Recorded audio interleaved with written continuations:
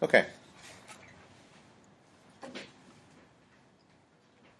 So the next topic is something called line integrals.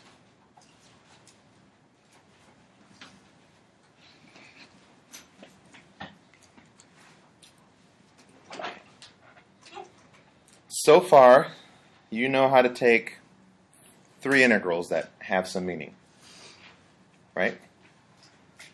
A single integral. This was integrated over an interval, right, from x equals a to x equals b. That was Calc 1 and 2. And then in Calc 3 we learned about double integrals, and here we integrated over what?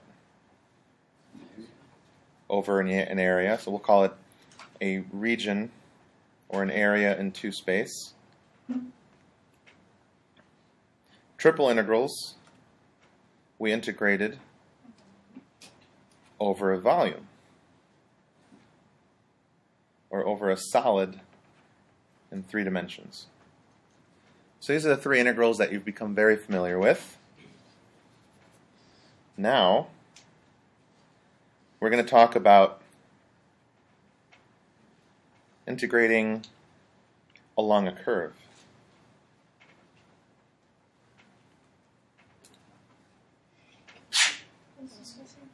Bless you. So, here's how we're going to set things up. Let's say we start at point P. We'll call it P naught, actually.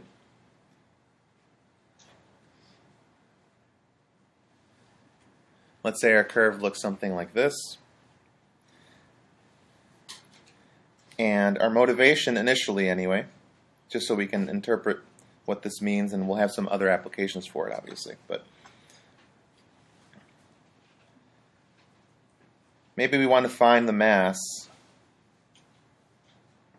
of a thin wire. So instead of finding mass of laminas like we did in 14.8, now maybe we have this thin little wire that we want to find the mass for. And we know, or we have a given density function.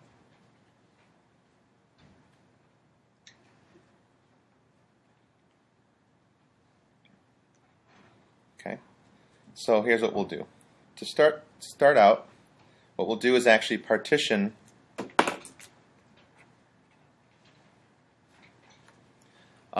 this wire, or this curve, which is what it's going to end up being, into little sections.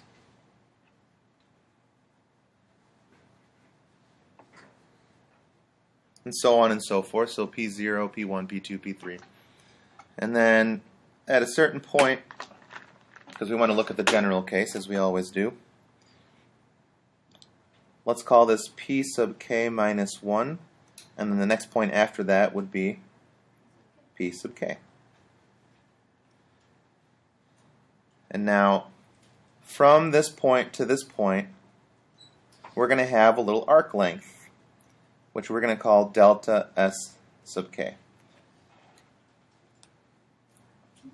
So it's not a distance, it's not an area, it's the length from point to point along the curve, which is why we're using S as the notation.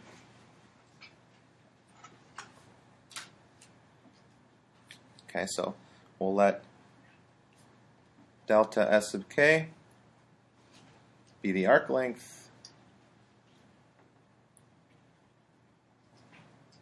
between 2 points.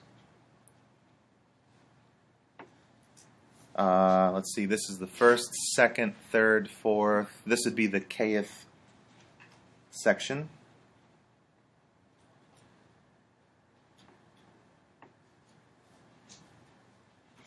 And we'll also let delta m sub k be the mass of this section.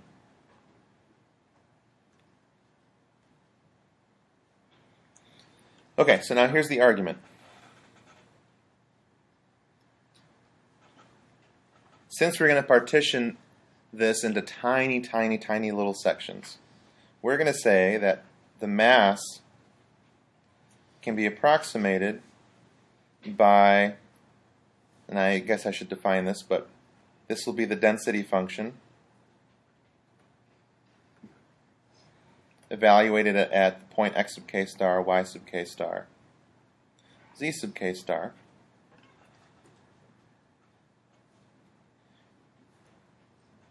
and delta S sub k, since that's all we have here.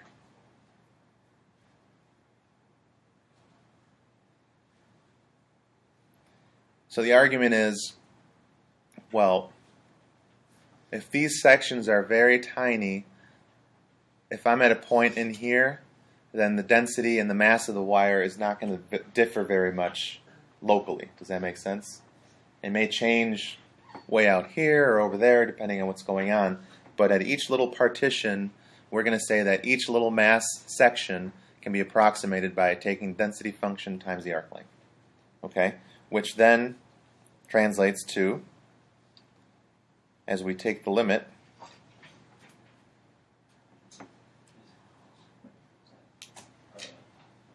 when n approaches infinity,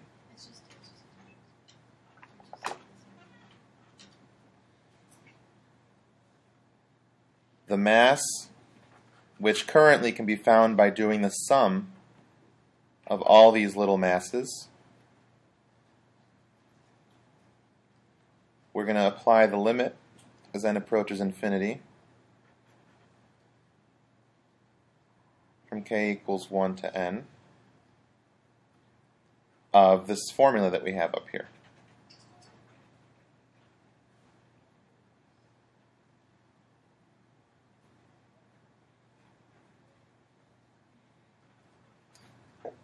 And now we're set up. Because usually once we get to the point where we have the limit as n goes to infinity of some sum, what does that become? An integral. So here's the definition.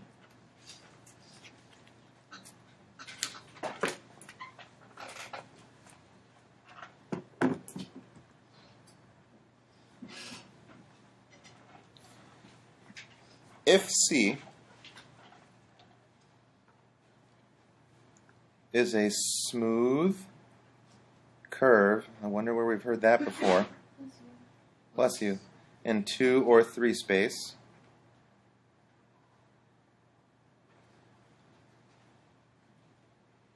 then the line integral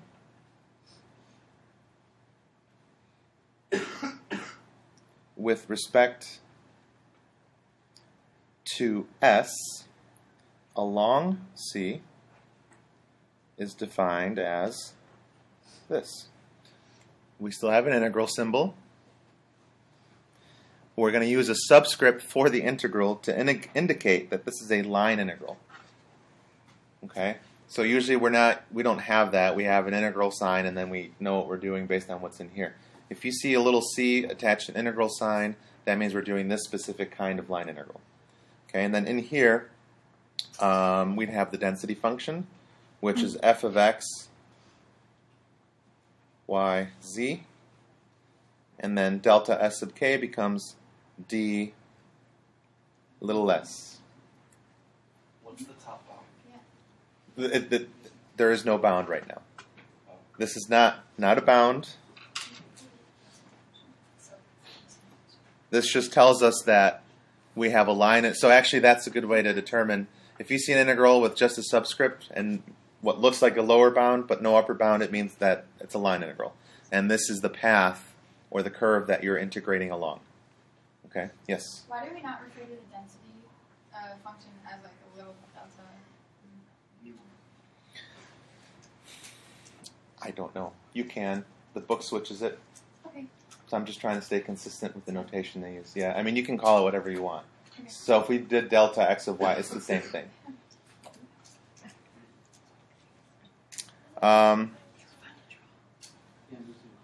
Okay. No, this is density function.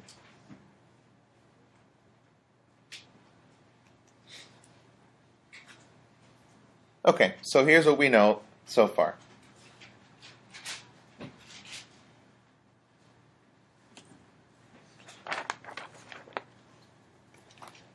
we don't know how to evaluate these yet.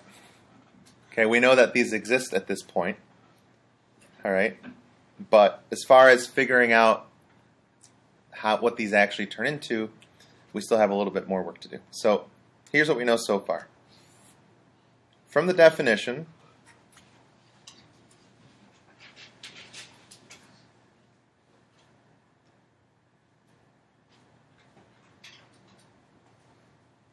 we know, one, that we can interpret it as finding the mass of a thin wire, mass of wire, we'll say.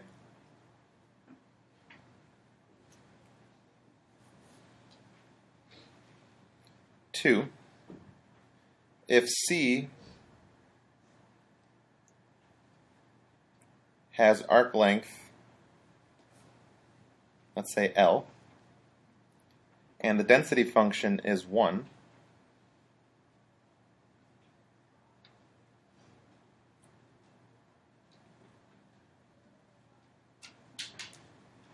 then what would we expect the line integral of ds to be? Oh, shoot. I didn't want to do that yet. Too soon. D little s. Force a habit. We'll deal with that later. Arc length, which in this case is L. Okay, so we're just kind of exploring all the different interpretations for these things, okay? So, from the definition, we know that we can find the mass of a thin wire. We don't know how to calculate it yet. Now, we could also interpret it this way, that if this is a constant density function, then instead of getting like area of the region or volume of the solid that we're integrating over, now we're going to have the length of the curve that we're integrating along, just like we did with all the other integrals. Okay? Now, here's the one that's kind of interesting.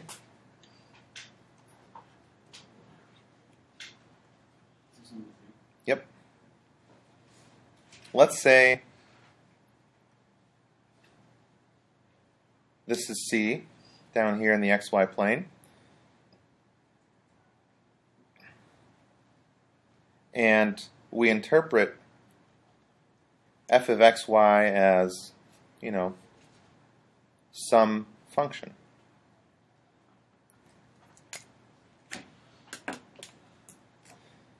When we integrate along a curve, so try to extend your knowledge from BC Calc,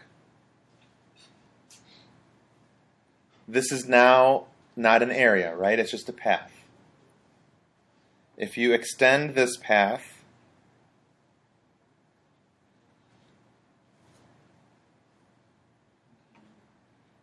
there's going to be, and you kind of extrude that line up to the surface, you're going to get a new path, yes? What will, so this is 3, what will this represent?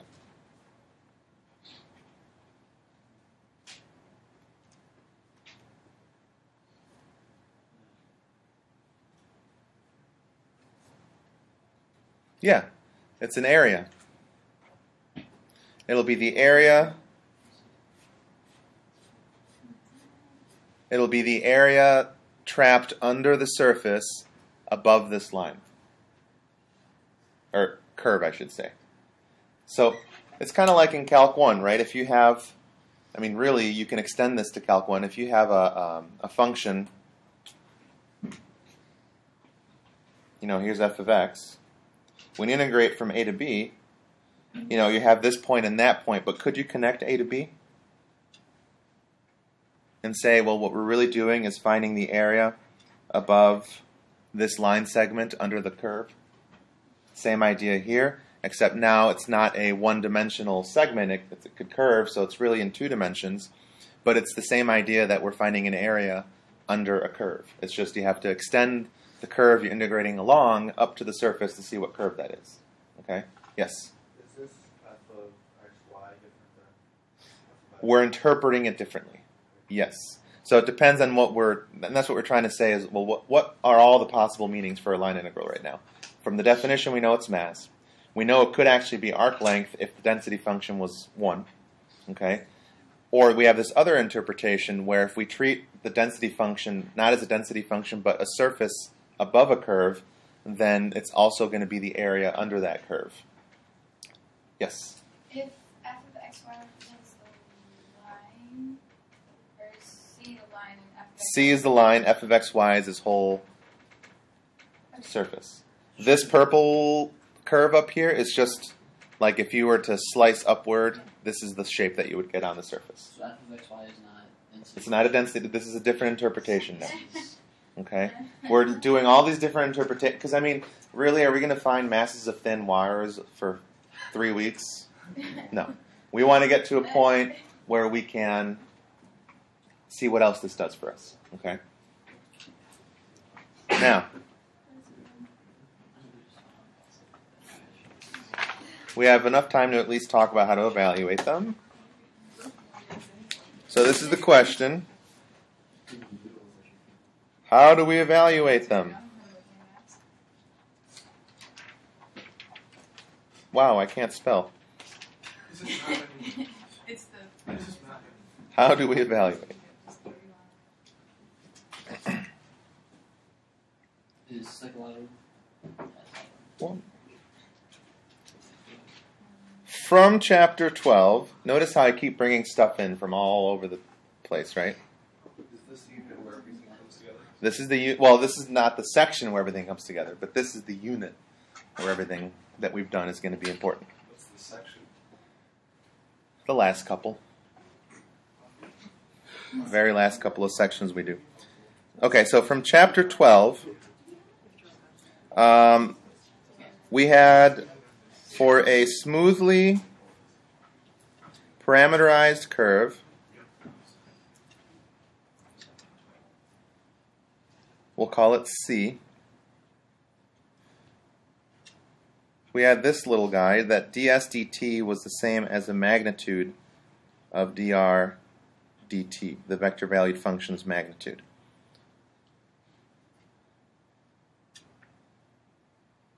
Which, if you think physics-ish, speed, right?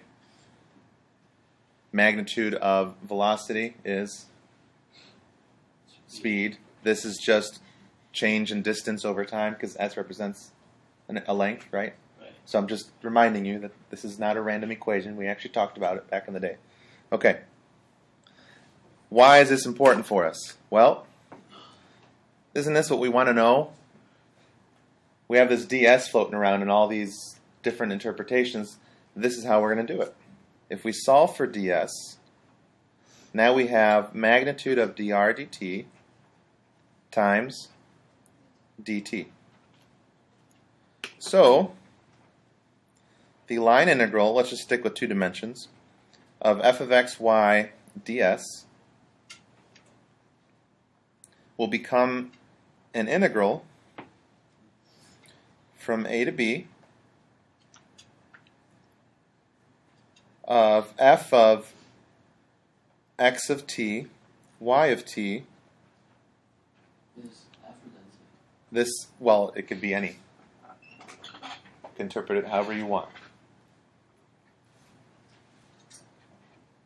Times the magnitude, I'm just replacing ds with magnitude of r prime, and then dt. And this is 4. So now if I have everything in terms of t, that means that we need a vector valued function r of t, which represents our path. Okay, so the idea here is if we have a path c, to evaluate this integral, you need to do a couple of things. One, turn this path c into a vector valued function. So we need to parameterize the curve, which we did in chapter 12. Okay? And then you replace everything so that everything's in terms of t in this definition here. Okay? And then t will have bounds between a and b, obviously. Okay? Now, sometimes, I'll tell you, sometimes the parameterizations will be given to you. So like, at least to start, it'll say, here's this curve, here's the parametric equations for the curve, you're good to go, you don't have to do anything. Other times, we'll do one right now, you'll be given a path, and you'll have to kind of parameterize everything on your own. Okay? So, let's say we have the line integral of x squared minus y plus 3z ds, where c is the path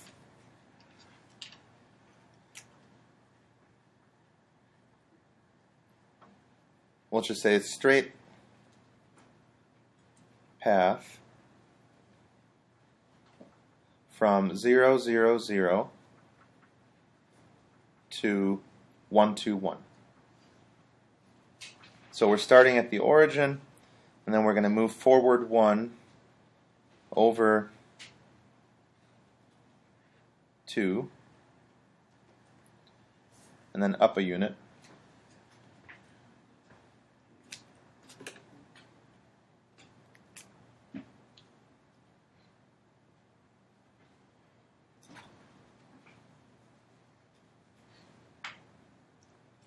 So we're going from here to here. This is C.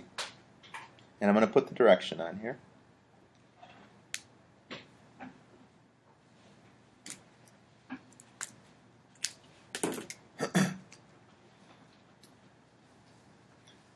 So first, we need to find a parameterization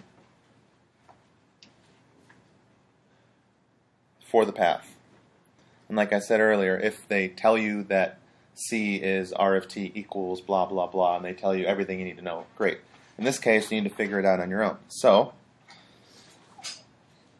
we can find, let's see, we can find the equation of this, can't we? This is just a line. How do we find the equation of a line in parametric format? Some of your faces right now are priceless. You're like, what? Now we're in chapter 11. In chapter 11, to find the equation of a line in parametric form, you needed two things. A reference vector and a point. What vector shall we use? Yeah, we just need a vector parallel to the path. And now the easiest equation to use, or the easiest point to use, would be the origin, right? So what's x going to be? X equals t, y equals, yep, and z. Okay? So there's r. So r of t is t to t. What do we want to plug into the integral for ds? We want magnitude, so let's find magnitude of r prime.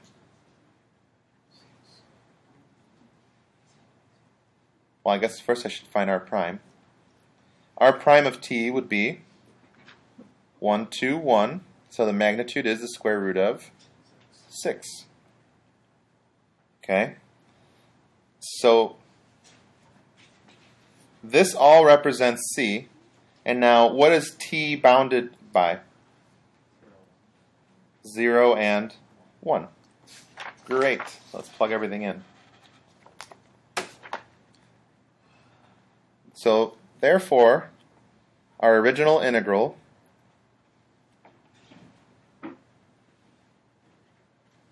line integral along C of x squared minus y plus 3z ds, we're going to change to an integral from 0 to 1.